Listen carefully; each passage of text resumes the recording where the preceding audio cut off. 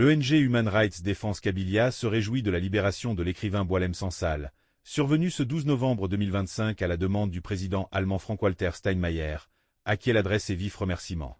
Cette libération a été obtenue grâce à l'action soutenue de plusieurs collectifs et organisations qui n'ont cessé de réclamer la liberté pour Boualem Sansal depuis son incarcération en novembre 2024.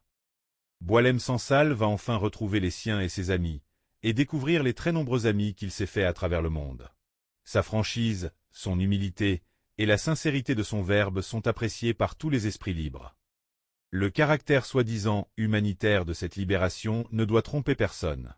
Elle est d'un opportunisme flagrant et éhonté.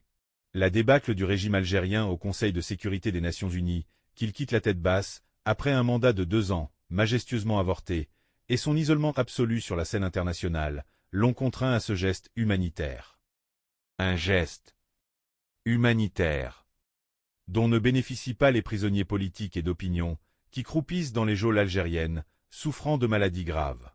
Depuis l'élection de Tebboune à la tête du régime, ce sont plusieurs milliers de Kabyles et d'Algériens qui ont été condamnés, sur des motifs totalement fallacieux, et notamment sur la base de l'article scélérat 87 bis du Code pénal.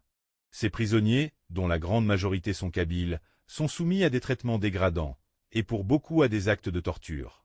À la suite de ces mauvais traitements, l'un des 38 détenus condamnés à mort, tous kabyles, a trouvé la mort en détention.